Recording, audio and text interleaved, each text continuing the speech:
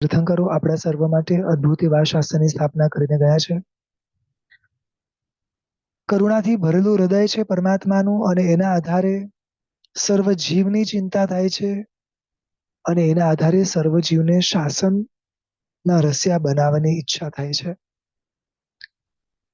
આપણો એક પ્રયાસ આ શ્રી જીવ વિચાર સૂત્રના માધ્યમે પ્રભુના હૃદયમાં જે કરુણા ભાવ ઉછળે છે એ કરુણા ભાવની આંશિક સ્પર્શના કરીએ. એક પ્રયાસ આપણી અંદર એક ક્રૂરતાને, નિર્દયતાને દૂર કરીને અંદર કરુણા ભાવને ઉભો કરીએ. મને 2-3 શ્રાવક ભાઈઓના મેસેજ છે, મને એક્સપિરિયન્સ શેર કરજો. ચોક્કસ સ્વાધ્યાયના અંતે હું જણાવીશ. જીવ વિચાર એ શું છે કે દરેક જીવને સમજવા માટેનો એક પ્રયાસ છે. એક એવું હૃદય જે સર્વ જીવની ચિંતા કરી શકે, એક એવું હૃદય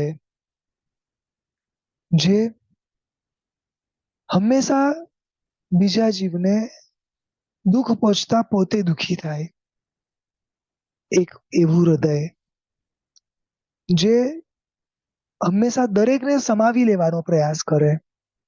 આવું હૃદય એટલે જીવ વિચાર ભણેલું હૃદય. આપણે જ્યારે ભણીએ છીએ કે ભણી લીધા પછી આટલું ચેક કરવાનું ખાસ છે કે મારા હૃદયમાં હવે જીવો પ્રત્યે કરુણા વધી કે ઘટી, કે એઝ ઇટ ઇઝ છે. એકેન્દ્રિયથી ચૌરેન્દ્રિય જુદા જુદા જીવોની આંશિક વાતો કરી. જે માત્ર એક જ ઇન્દ્રિય લઈને બેઠા છે, ટોટલી હેલ્પલેસ છે, બોલી શકે એમ નથી, જોઈ શકે એમ નથી, કે પછી હલી શકે એમ પણ નથી, એવા સર્વ જીવો એકેન્દ્રિય, પૃથ્વી, પાણી, અગ્નિ, વાયુ, વનસ્પતિ, એમાં પણ સવિશેષ દુઃખનો અનુભવ કરનારા નિગોદના જીવો, સાધારણ વનસ્પતિ કાયના જીવો, આ જીવોને જેટલા વધારે થઈ શકે એટલા બચાવવાના પ્રયાસ કરવાના. ત્યારબાદ 2 ઇન્દ્રિયથી લઈને ચૌરિન્દ્રિય, જે અત્યારના કાળ પ્રમાણે રોજિંદા વપરાશમાં અમુક વસ્તુઓ એવી થઈ ગઈ છે કે સહજતાએ 2 ઇન્દ્રિય વગેરે જીવોની ઉત્પત્તિ થઈ જાય છે. એને અવોઇડ કરવાનો પ્રયાસ કરવો છે. થોડું હજી આગળ. એ જીવની ઉત્પત્તિ ના થાય આ પહેલો પ્રયાસ. માનો આપણા કારણે ઉત્પત્તિ થઈ તો એનું મૃત્યુ ના થાય એનો પ્રયાસ. માનો આપણે નિમિત્ત પણ નથી, પણ છતાં આપણા નિમિત્તથી જો એના જીવનમાં દુઃખ આવ્યું તો પણ ન ચાલે. કારણ કે આ બધાના જીવો છે ને, આ જેટલા પણ જીવો છે બધાના શરીર બહુ કોમળ છે. એક કીડી છે, આપણે એને આમ ઘણીવાર હાથથી ઉપાડી લઈએ છીએ, ઘણીવાર હાથથી પકડવા જઈએ છીએ, જૂને ઘણીવાર માખી કે મચ્છરને પકડવા જઈએ છીએ. બહુ સોફ્ટ શરીર છે આ લોકોનું. આપણા સ્પર્શ માત્રથી પણ ખૂબ વેદના થાય છે. એટલે બહુ જ ધ્યાન રાખવાનું છે. જેટલી વધારે ઘરમાં સાફ સફાઈ થશે એટલી આ જીવોની ઉત્પત્તિ ઓછી થશે.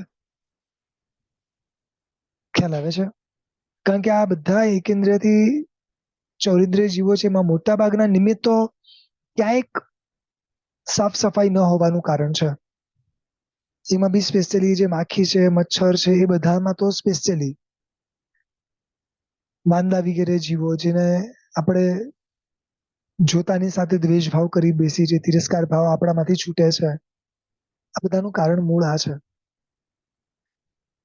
અમુક એવી વસ્તુઓ ના વાપરવી જેના કારણે તરત એ જીવો મરી જાય. જેમ કે એસિડ વગેરે વપરાય છે, ગુડ નાઇટ વગેરે વપરાય છે, એવા એવા ચોક, એવી એવી વસ્તુઓ વપરાય છે જેના કારણે આ જીવો તરત મરી જાય છે. આપણે ત્યાં કર્મગ્રંથની અંદર એક શ્વાસોશ્વાસ નામ કર્મ આવે છે. બે પ્રકારનું આવે, એક શુભ અને અશુભ. એટલે કે અગર જેને શ્વાસ લેવામાં કોઈ પ્રોબ્લેમ નથી તો એનું શ્વાસોશ્વાસ નામ કર્મ સારું છે, પણ જેને શ્વાસ લેવામાં પ્રોબ્લેમ થઈ રહી છે તો એનું અશુભ છે. હવે એ અશુભ કેમ છે? તો કે ભૂતકાળની અંદર કોઈક એવું કર્મ કર્યું હોય કે કોઈક એવી દવા છાંટી હોય, કોઈક એવી ગુડ નાઇટ વગેરે ચાલુ કરી હોય કે જેના કારણે મચ્છર વગેરે જીવોને શ્વાસ લેવામાં પ્રોબ્લેમ થાય. હવે એ જીવોને જો શ્વાસ લેવામાં પ્રોબ્લેમ થાય તો એ બાંધેલું કર્મ અત્યારે એવું ઉદયમાં આવે કે સહજતાએ હું શ્વાસ લઈ જ ના શકું. ખ્યાલ આવે છે? પછી શ્વાસની જુદી જુદી બીમારીઓ ઊભી થાય. પણ આ બધાનું મૂળ શું? કોઈક જીવને શ્વાસ લેવામાં પ્રોબ્લેમ કર્યો હોય તે.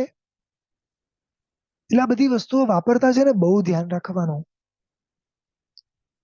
ઘણા બધા રસ્તાઓ શાસ્ત્રમાં એના આપ્યા છે. તમે અમુક પ્રકારની એવી વસ્તુઓ વાપરો જેના કારણે આ જીવો ઉત્પન્ન ના થાય. જેમ કે સંતરાનું તેલ ઘણી જગ્યાએ બતાવવામાં આવે છે કે તમે સંતરાનું તેલ અગર શરીર પર લગાડો તો બાકી મચ્છર વગેરે હોય તો પણ દૂર થઈ જાય છે. લીમડાનો ધૂપ કરો, તુલસીના પાન બાળો, આ બધાથી પણ બાકી મચ્છરો ભાગી જતા હોય છે.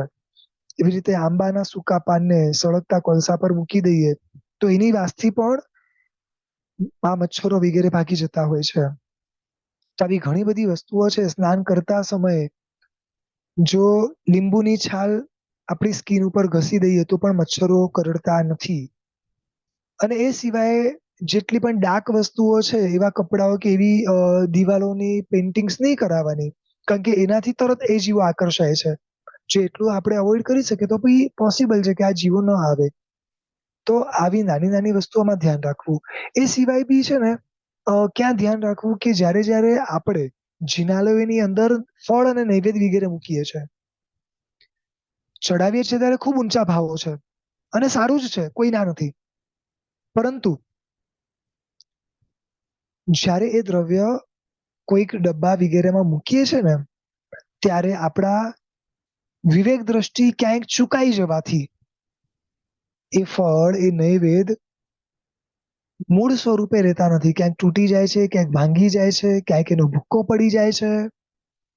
આ બધી જ વસ્તુઓના કારણે ત્યાં આગળ કીડીથી લઈને, મકોડાથી લઈને, માખીથી લઈને, મચ્છરથી લઈને આ બધા જ જીવોની ઉત્પત્તિમાં હું કારણ બનું છું.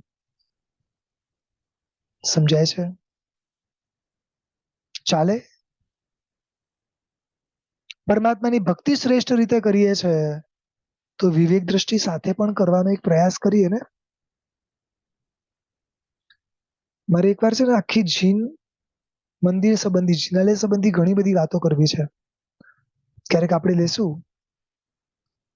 કારણ કે ઘણી બધી વિવેક દ્રષ્ટિઓ એમાં ચૂકાઈ જાય છે અને વિવેક દ્રષ્ટિ ચૂકાય છે એટલે જિનાલયોની આશાતનાઓ ખૂબ વધે છે.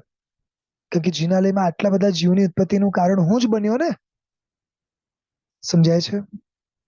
અને જે ધર્મ ન સમજેલું હોય એના માટે હું નિંદાનું કારણ બની જાઉં, મારો ધર્મ નિંદાનું કારણ બની જાય, મારું જિનાલય નિંદાનું કારણ બની જાય, એ બી તો યોગ્ય નથી ને. હું કોઈ જીવને નવો ધર્મ ન પમાડી શકું, પરંતુ જે પામેલા છે એ જીવને ધર્મથી વિમુખ બી ના કરું ને. ખ્યાલ આવે છે? સો આ બધી વસ્તુઓમાં ખાસ ધ્યાન રાખવાનું છે. પ્લસ મેઇન વાત અહીંયા બતાડે છે કે ઝેરડાના ઉપકરણો ખાસ આપણા ઘરોમાં વસાવવા જોઈએ. પુરાના કાળમાં બધાના ઘરે હતા, અત્યારના કાળમાં પણ છે, પણ ક્યાંક ક્યાંક ઓછા વધતા પ્રમાણમાં છે. તો આ ઝેરડાના જે સાધનો છે, થોડી એની વાત કરી લઈએ. ઘણા શ્રાવક શ્રાવિકાઓ મેં જોયા છે, એ લોકો પોતાના પ્રસંગોની અંદર પ્રભાવના તરીકે ઝેરડાના સાધનો આપે છે. એટલે જે આપ સાંભળો એના ઉપરથી વિચાર કરજો. કદાચ આપના ઘરે કોઈ પણ પ્રસંગ આવે તો આ ઝેરડાના સાધનો તમે પ્રભાવનામાં આપી શકો. બે કામ થશે. એક, એ વસ્તુ જેટલી વાર વપરાશે ને એનાથી જેટલી વાર ઝેણા પડાશે ને એટલી વાર એ જીવોને સાતા આપવાનો લાભ મળશે. સમજાયું? એટલે સહજતાએ જીવદયાનું કાર્ય થઈ જશે. અને નંબર 2, પરમાત્માની આજ્ઞા પડાશે. રાઈટ? જીવદયા પાળો અને જીવદયા પડાવો. આપણે એકલા કેટલી જીવદયા પાડી શકવાના છીએ?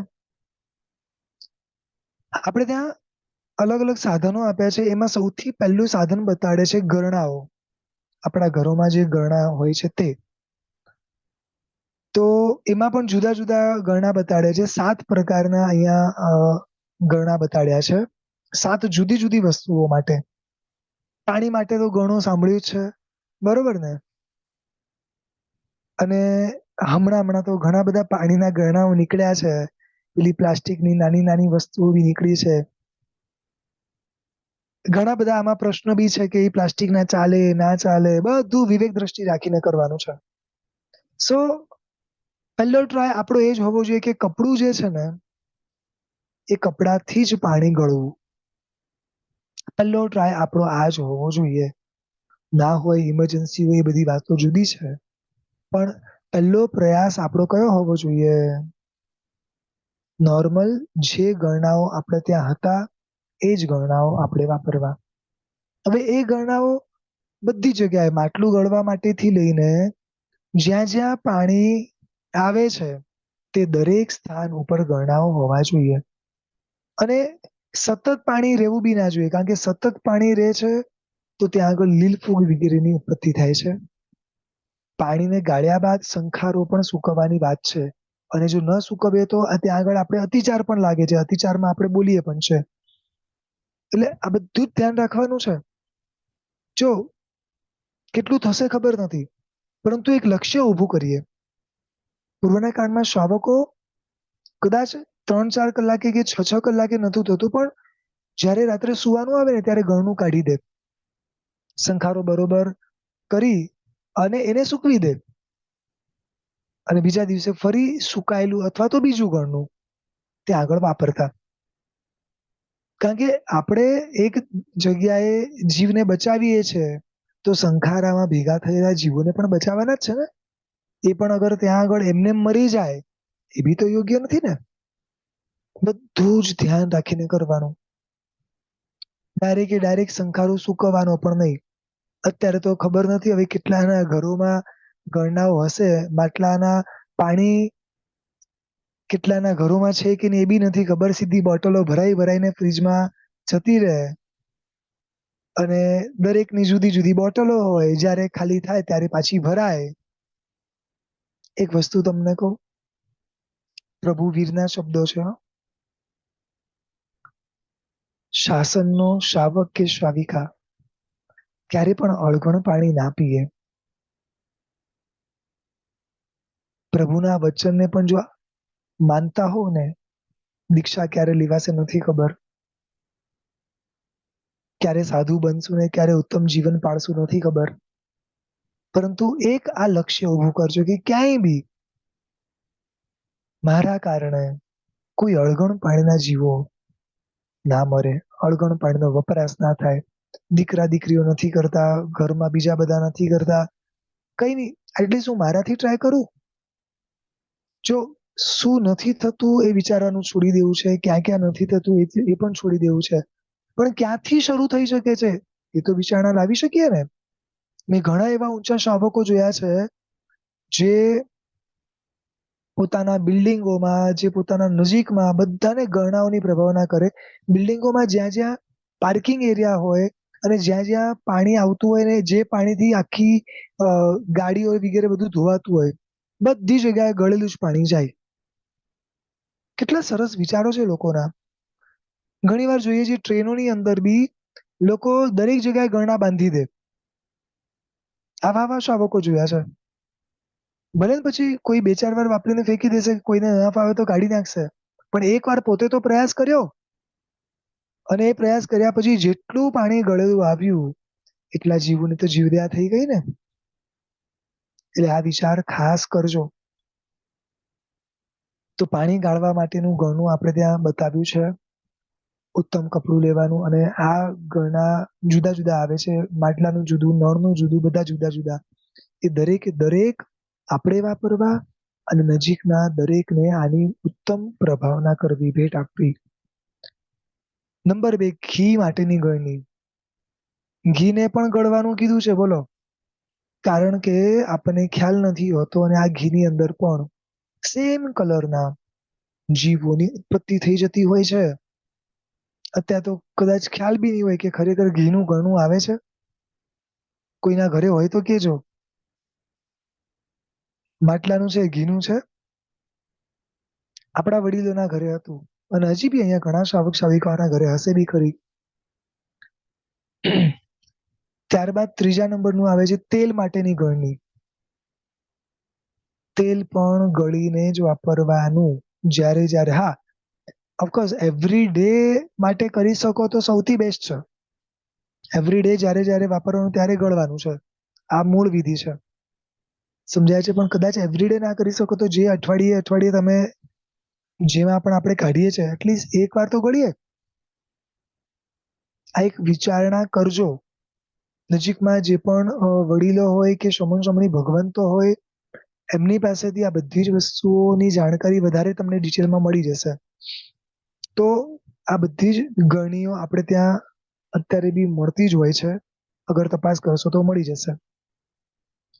ચોથા નંબરમાં દૂધને પણ ગાળવાનું. બોલો, દૂધ પણ ગાળ્યા વગર વાપરવાનું નથી. આપણે તો શું થાય છે, આવે કોઈના બોક્સમાં આવે ને કોઈને થેલીઓમાં આવે, સીધું લઈને ગરમ કરી દેવાનું.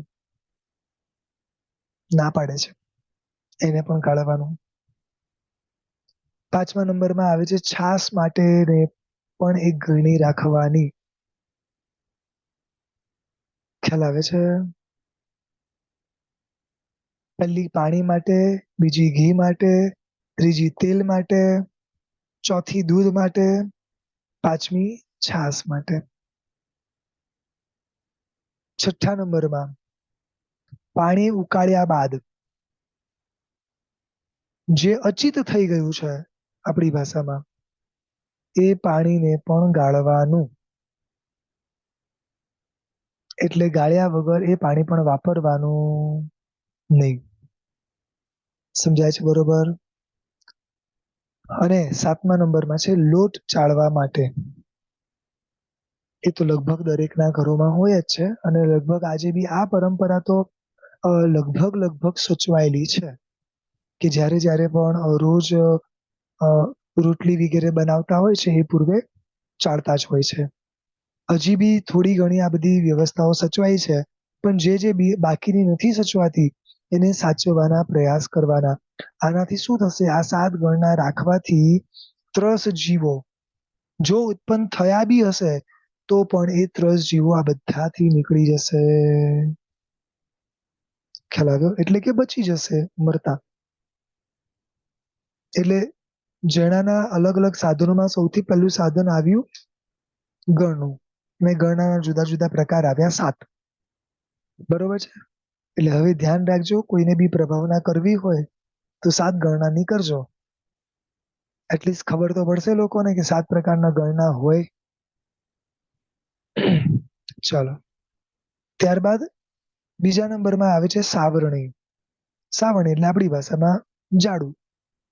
એ બી કેવી લાવવાની કીધી છે?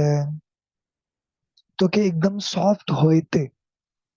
અત્યારે તો સાવરણીનું સ્થાન જતું રહ્યું છે. બધા મશીનો આવી ગયા છે, વેક્યુમ ક્લીનર ને આવી ઘણી બધી વસ્તુઓ આવી ગઈ છે. ના પાડે છે શાસ્ત્રમાં. આ બધી વસ્તુઓ તો વાપરવાની જ નથી. સાવરણી બી કેવી લેવાની? તો કે એકદમ સોફ્ટ લેવાની છે કે કદાચ કોઈ ત્રસ જીવ હોય ને તો ઈ ત્યાં બચી જાય, મરે નહીં, ખસી જાય. ખાલી એના થકી આમ જરાક ખસે. એક વસ્તુનો વિચાર કરો, એની જે કાયા છે ને એના કરતા વધારે સોફ્ટ વસ્તુ લાવવાની છે. શું બોલું છું? ત્રસ જીવોની જે કાયા છે એના કરતા વધારે સોફ્ટ લાવવાની છે. હજી સરળ ભાષામાં સમજાવું? જન્મેલું બાળક હોય ને, આપણે ત્યાં જન્મેલી બાળકની સ્કિન કેવી હોય? હવે ઈ જન્મેલું બાળક તમે ખાલી કલ્પના કરો, એને ગમે તે રીતે આપણે અડીએ? એના કરતા પણ કોમળ છે. સમજો તમે, એના કરતા પણ કોમળ. એટલે એક કલ્પના દ્રષ્ટિથી વિચારીએ તો આ બધા જીવોને સાચવવા માટે કેટલી સોફ્ટ આ બધી સાવરણી જોઈશે.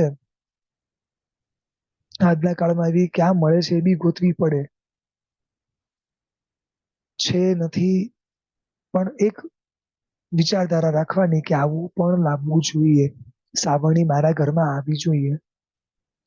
આગળ વધીને ત્રીજા નંબરમાં જૈનાનું સાધન બતાવે છે પૂંજણી.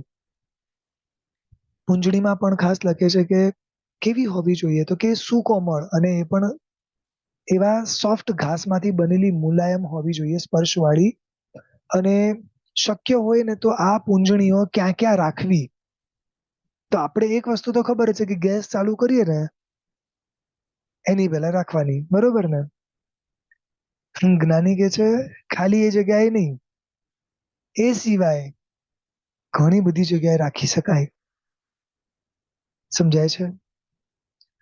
મેં જોયું છે ઘણા શાવકો પોતાના ગાડીમાં, ટુ વ્હીલરમાં, ફોર વ્હીલરમાં કોઈકના ત્યાં પૂંજણી જોઈ છે અને કોઈકને ત્યાં એક નાની નાની આવી જ જરાક પૂંજણી જેવી જ અમુક વસ્તુઓ જોઈ છે, જેનાથી આમ શુદ્ધિ કરે પેલા.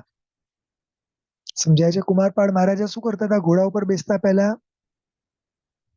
પ્રમાર્જના કરતા હતા ને, રાઈટ? કુમારપાળ મહારાજાના ઘોડાઓ શું તમને શું લાગે, કચરા વાળા હશે, જીવ વાળા હશે? કેટલા સારા હશે, કેટલા સુંદર હશે, કેટલા સ્વચ્છ હશે, કેટલું મેન્ટેન થતું હશે, છતાં પણ સમજાય છે આ બધી જ જગ્યાએ જ્યાં જ્યાં એવું લાગે કે જીવ દેખાતા નથી, કારણ કે સાવરણી બધી જગ્યાએ ન પહોંચાય, સાવરણી દરેક જગ્યાએ વાપરી બી ન શકીએ, પણ પૂંજણી તો દરેક જગ્યાએ વાપરી શકીએ. સમજાય છે? તમને જ્યાં જ્યાં લાગે કે અહીંયા જીવ છે, પૂંજણી લઈ લો. હું જે ગાદી ઉપર બેસું, હું જે આસન ઉપર બેસું ત્યાં પણ કરી શકો છો. સામયિક પ્રતિક્રમણમાં તો ચરવડો છે, રાઈટ? પણ એ સિવાયની જગ્યાઓમાં ચોક્કસ આવી પૂંજણીઓ રાખી મુકાય. આગળ વધીને ચોથા નંબરનું સાધન બતાડે છે ચરવડો, જે સામયિક પ્રતિક્રમણમાં ઉઠવા, બેસવા, પૂંજવા, પ્રમાર્જના માટે જરૂરી છે. અને એ પણ એવી રીતે જ કરવાનો છે કે જેનાથી તે જીવ ખસી જાય. સમજાય છે? દુઃખ પણ ના પહોંચવું જોઈએ એવી રીતે ખસવો જોઈએ. સ્પષ્ટ શબ્દ બોલું છું, ધ્યાન રાખજો. દુઃખ પહોંચ્યા વગર એ ખસવો જોઈએ. એટલે એવા એવા ઉપકરણો આપણે ત્યાં હોવા જોઈએ. આગળ વધીને પાંચમા નંબરમાં બતાડે છે ચરવડી. ચરવડો કરતા નાનું ચરવડી આવે છે, જે પૌષધ વગેરેમાં કે ઘણા સમણી ભગવંતો પાસે આપણને જોવા મળે છે. લાકડાની નાની દાંડી ઉપર આમ ઊનની નાની એકદમ સોફ્ટ દસી વાળી ચરવડી હોય છે, જે કબાટ વગેરે સાફ કરવા માટે વપરાતું હોય છે. આપણે ત્યાં એવું કહેવાય છે કે દરવાજો ખોલવો હોય, બંધ કરવો હોય, ડ્રોવર ખોલવું હોય, બંધ કરવું હોય, જેટલી પણ બારીઓ છે એ ખોલવી હોય અને બંધ કરવી હોય, આ દરેક સમયે પણ શક્ય હોય તો એને પૂંજી અને પ્રમારજીને જ ખોલવાની છે અને બંધ કરવાની છે. ક્યારેક સમણી ભગવંતને બારી ખોલતા જોજો. ક્યારેક સમણી ભગવંતને અમુક વસ્તુ ઉચકતા મુકતા જોજો. ખ્યાલ આવે છે? આપણે જયારે જયારે ઔષધ કરીએ ને ત્યારે આવી તો ઘણી બધી વસ્તુ આપણને દેખાય છે, પણ આપણા મગજમાં શું હોય છે ખબર છે? આ બધું કેટલા પૂરતું, જેટલા સમય પૂરતું ઔષધ કરીએ એટલા પૂરતું. જો એક ખાસ ધ્યાન રાખો, અનંતા ભવ પછી આ ભવ મળ્યો છે, શરીર સારું છે, બધી રીતે સેટલ છીએ, થોડો પ્રમાદ છોડીને જો આ જીવદયા કરતા થઈ જશું ને, તો આપણી આ જીવદયા જોઈને દીકરા દીકરીમાં સહજતા એ સંસ્કાર પડશે. કારણ કે હવે શબ્દથી એ લોકો કેટલું સાંભળશે એ ખબર નથી. આપણા આચરણથી એટલી સહજતા એ સંસ્કાર ઉતરશે, અને એ ન બી ઉતરે ને તો બી આપણા આવતા ભવ માટે પણ જરૂરી છે. જેટલી વધારે જીવદયાનું પાલન થશે એટલા વધારે શરીર સારા મળશે. શરીર સારા મળે એ માટે હું જીવદયા પાળવાનું નથી કેતો, પણ એક શરીર સારું હશે તો ધર્મ સુરશે, પ્રભુ ગમશે ને પ્રભુનું શાસન ગમશે. શરીરમાં ભયંકર બીમારી હશે ને તો કશું નવકાર પણ સૂઝવાનું નથી. જીવનના અંત સમયે સમાધિ આપવા વાળું બી કોઈ હશે કે નહીં ખબર નથી. એટલે હવે છે ને થોડી લોકોની ચિંતાઓ છોડી દો, અને કદાચ એવું લાગે તો હું એમ નથી કેતો કે તમે બારે ઘણો બધો ધર્મ કરો, ઘરમાં પણ થઈ શકે છે ને. કદાચ તમે મોટી મોટી આંબિલની ઓળીઓ કે મોટી મોટી તપસ્યાઓ નહીં કરો, ચાલશે. શરૂઆત અહીંયાથી કરવાની છે. એક એક પ્રયાસ કરીએ કે જ્યાં જ્યાં બારીઓ છે ત્યાં એક ખાલી પૂંજણી રાખી મૂકીએ. હું એમ કહું છું ભલે તમે ના કરતા, પણ એ પૂંજણી રાખેલી હશે તો રોજ યાદ તો આવશે કે આ પૂંજણી મૂકી જશે એના માટે. અને ક્યારેક તો જોઈને ઈચ્છા થશે. ખ્યાલ આવે છે? મોકલાઈ દઉં બધાના એડ્રેસ ઉપર 10-10, 15-15 પૂંજણી.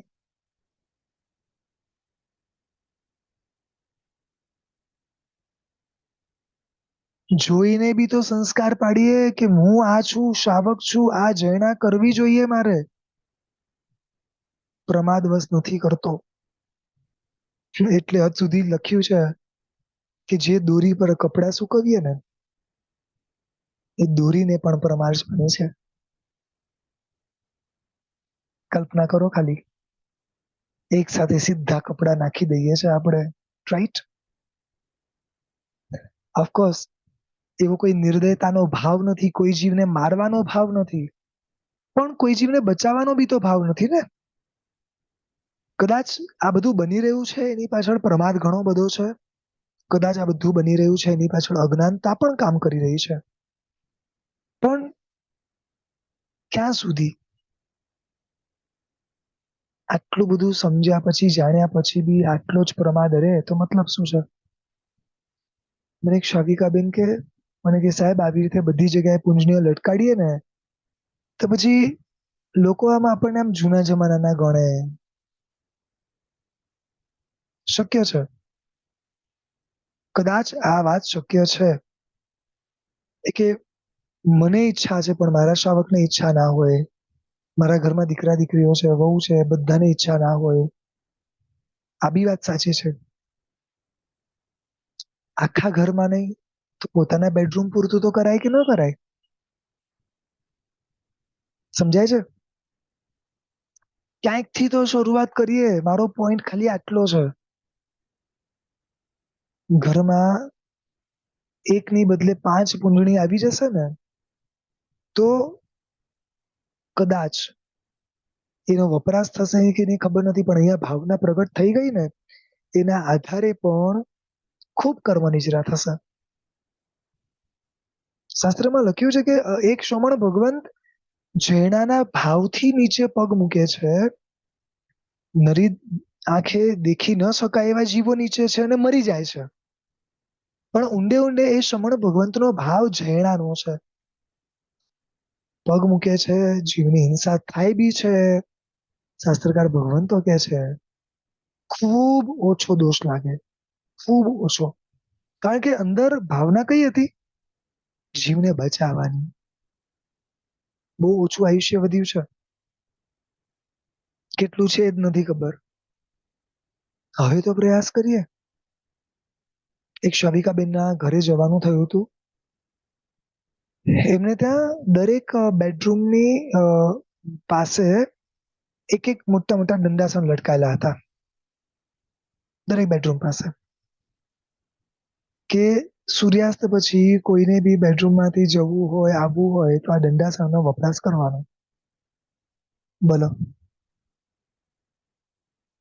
કેટલું લોકો વિચારી શકે છે? મને તો એ થાય છે, રાઈટ? જેને ખરેખર પ્રભુની આજ્ઞા પાળવી છે ને એ કઈ બી કરી શકે છે. જો આપણી આ વસ્તુથી 2 જણને પણ પ્રેરણા મળશે, આપણી આ વસ્તુથી 2 જણના હૃદયમાં પણ જો આ ભાવ પ્રગટ થશે ને સફળ છે બધું આપણું. એટલે ખાસ સર્વે વડીલોને તો હું વિનંતી કરું છું કે આવી વસ્તુઓ ઘરમાં હશે જ, ન હોય તો વસાવી લેજો અને ખૂણે ખૂણે એને મૂકી દેજો. જેણાનું સાધન એવી રીતે મગજમાં ફિટ કરતા જજો કન્ટિન્યુ. ક્યારેક તો વપરાશે. પ્રયત્ન કરશો થોડો થોડો. એટલે આવી રીતે ગણનાઓ છે, સાબરણી છે, પૂંજણી છે, ચરવડો છે, ચરવડી છે, ત્યારબાદ મોરપીંછી.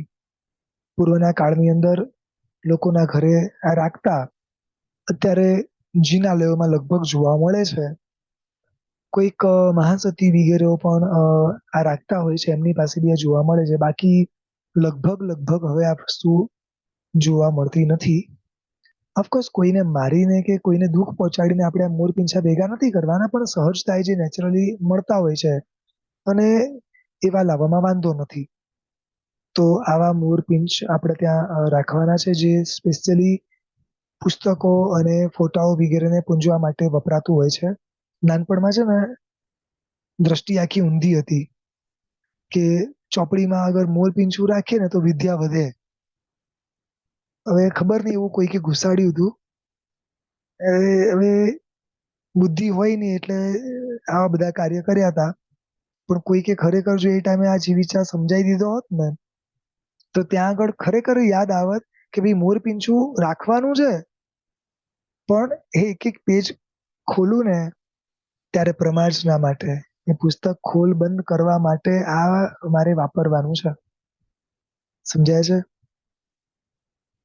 જો નાનપણમાં આ બધા સંસ્કારો તો છે, મોરપીંછું રાખવાનું ને આ બધું, પણ એનો ક્યાં કઈ રીતે વપરાશ થવો જોઈએ ને, ક્યાંક મારો જ પોતાનો પ્રમાદ, ક્યાંક બધી એવી બધી અવસ્થાઓ.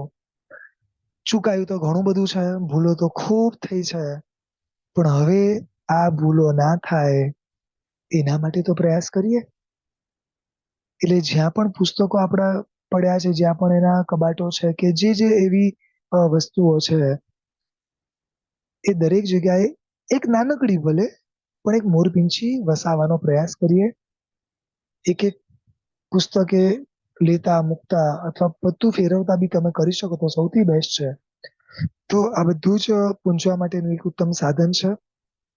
ત્યારબાદ આગળ વધીને જુદા જુદા પ્રકારના ચારણાઓ એટલે કે ચારણીઓ છે, જુદી જુદી આવતી હોય છે. અનાજની, લોટની, મસાલાની, કરિયાણાની, દરેક પ્રકારના ધાન્યની આવી ઘણી બધી ચારણીઓ પૂર્વના કાળમાં આવતી. એક જગ્યાએ મેં જોયું હતું આખો સેટ એનો, જુદી જુદી ચારણીઓનો. હવે તો ખાલી એક કે બે રહી છે, બાકી બધું તો કોણ વાપરતું હશે એ બી આઈડિયા નથી. પણ આ બધું જ પૂર્વના કાળમાં હતું. શ્રાવક તરીકે આ બધું હોવું જોઈએ. લક્ષ્યમાં રાખવાનું, થાય એટલા ટ્રાય કરવાના. ત્યારબાદ ચંદરવો બાંધવાનો કીધો છે.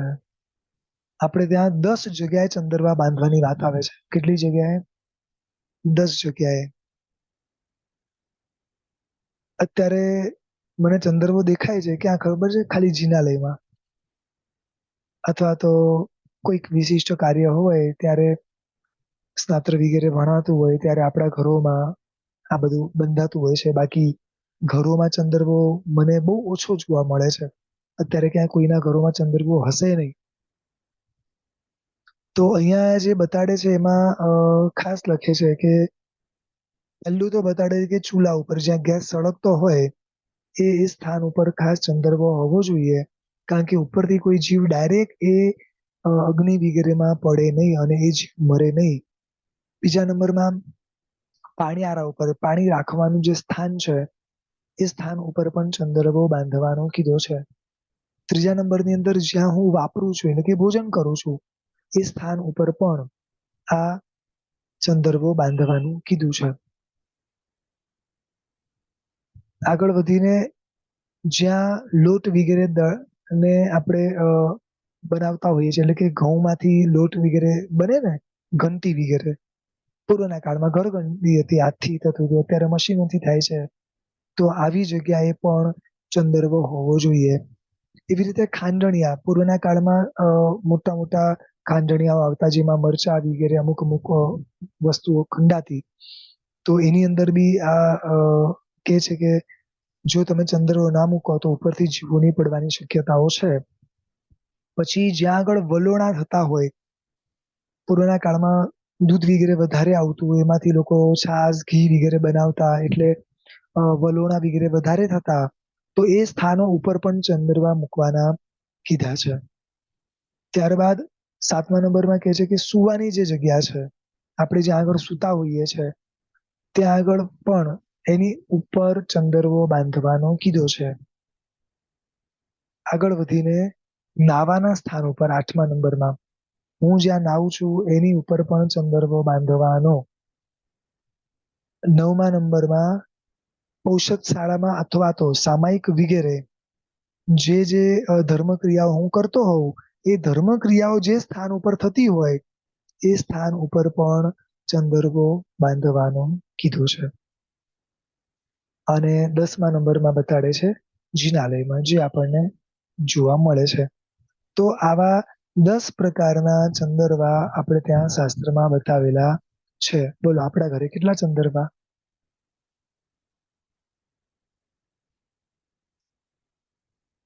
જો ચંદરવો એટલે સરળ ભાષામાં કહું તો એક પ્રકારનું કપડું. દરેક જગ્યાએ જરૂરી નથી કે આમ જિનાલયમાં જેવું છે એવું જ હોવું જોઈએ. એક કપડું જેના કારણે ઉપરથી જીવ ડાયરેક્ટ એમાં પડે નહીં. એ કપડું બી સોફ્ટ હોવું જોઈએ અને વ્યવસ્થિત હોવું જોઈએ. તો આવી વસ્તુઓ અગર આપણે આપણા ઘરોમાં મૂકીએ તો ઘણા બધા જીવોની હિંસાથી બચી જવાય છે. કદાચ આ કાળમાં આ બધી વસ્તુ આપણા માટે શક્ય ના બી બને, ઘર માટે થોડું અયોગ્ય લાગે, નજીકના લોકોને આ બધી વસ્તુ જોઈને અયોગ્ય લાગે, તો એટલીસ્ટ એવો ટ્રાય કરવાનો કે ખુલ્લામાં તો આમાંથી એક પણ વસ્તુ ના થવી જોઈએ. સમજાય છે? ફરી રિપીટ કરું છું.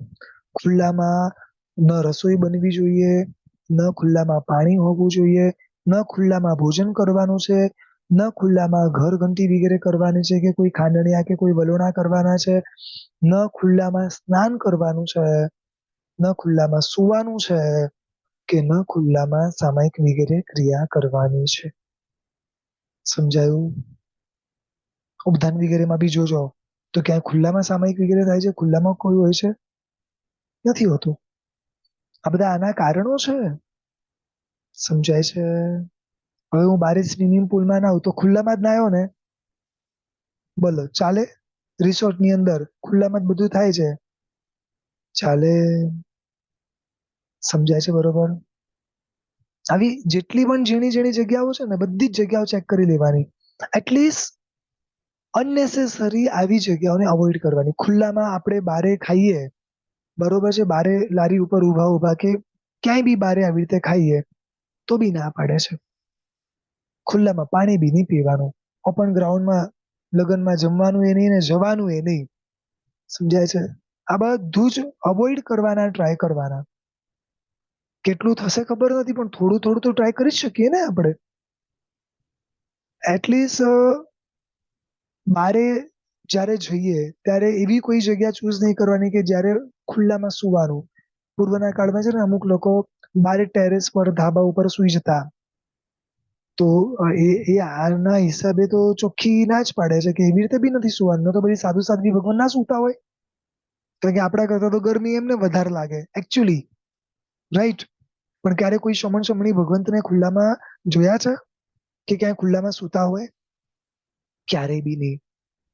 આ બધી જગ્યાઓમાં જીવની ઉત્પત્તિની શક્યતાઓ સૌથી વધારે છે, અને જીવની હિંસા પણ એટલી સૌથી વધારે થઈ શકે છે. એટલે એક ટ્રાય એવો કરવાનો છે. હજી આગળ વધીને ચંદરવા પછી આવે છે કે સુપડી. આપણે ત્યાં સુપડી પણ એવી હોવી જોઈએ કે જે નાના નાના જીવોને વ્યવસ્થિત રીતે લઈ શકે અને પછી એને યોગ્ય રીતે પલઠવી શકે.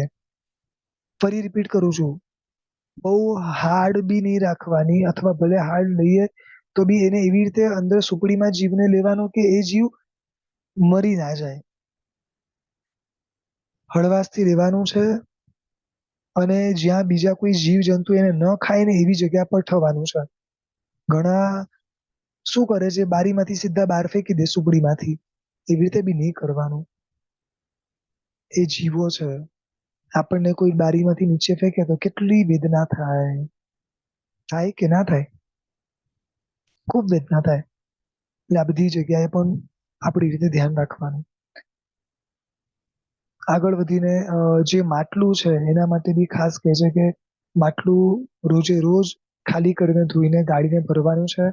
અને એમાં બી શક્ય હોય તો જે માટલાઓ આપણે ન વાપરતા હોય તો એની ઉપર આપણે કપડું બાંધીને પેક કરીને મૂકી દેવાનું. અમુક હવે ઉકાળ્યા પાણીના રોજે રોજ કદાચ ના વપરાતા હોય તો કપડું બાંધીને મૂકવાની વાત આવે છે. એવી રીતે 5 તિથિમાં સમજો કે આપણે ચપ્પુ છે, છરી છે, ગ્રાઇન્ડર, મિક્સર વગેરે ન વાપરતા હોય તો એની ઉપર બી કવર કરી દેવાનું કે ત્યાંથી કોઈ જીવ પસાર થાય તો એ ધારથી એ જીવ મરે નહીં. સમજાય છે? કયા લેવલ સુધીની જણાઓ બતાડી છે વિચારો ખાલી. મેં ઘણા શ્રાવિકાઓના ઘરે જોયું છે, પેલું ગ્રાઇન્ડર હોય ને એનો નીચેનો જે ભાગ હોય જ્યાં આખી બ્લેડ હોય છે, એ લોકો શું કરે છે ત્યાં આગળ ગળનું બાંધી દે છે, એટલે કપડું બાંધી દે છે. જ્યારે પણ એ ગ્રાઇન્ડર યુઝ કરવાનું હોય ને ત્યારે જે કપડું ખોલી યુઝ કરી યોગ્ય ક્લીન વગેરે કરીને પાછું કપડું બાંધી દે. ખુલ્લું રેવા જ ના દે. બોલો આમાં શું અઘરું છે? બહુ નાની વસ્તુ છે, પણ એક જીવદયાના પાલનની એક ભાવના છે. અને અંતમાં છેલ્લે એવું બતાડે છે કે ઝાડા પાડવા માટેનું ઝાડું, મોટું ઝાડું આવતું હોય છે. આવા પણ આપણા ઘરોમાં હોય છે. તો એ બી કેવું રાખવાનું? તો કે એ બી એકદમ સોફ્ટ રાખવાનું. અને રોજે રોજ અગર હું ક્લીન કરતો જઉં છું તો ઝાડા વગેરે થવાની શક્યતા જ નથી. રાઈટ? એટલે આ બધામાં ધ્યાન રાખવાનું છે. આ બધી જ જે વાતો છે અત્યાર સુધીની, એ બધી જ એકેન્દ્રિયથી ચોરીન્દ્રિય સુધીની વાતો છે.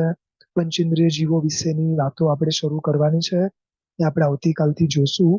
પણ એક ખાસ રિક્વેસ્ટ છે સર્વેને કે જાણવાનું બધું જ, જે શક્ય હોય એને પાડવાની શરૂઆત કરવાની.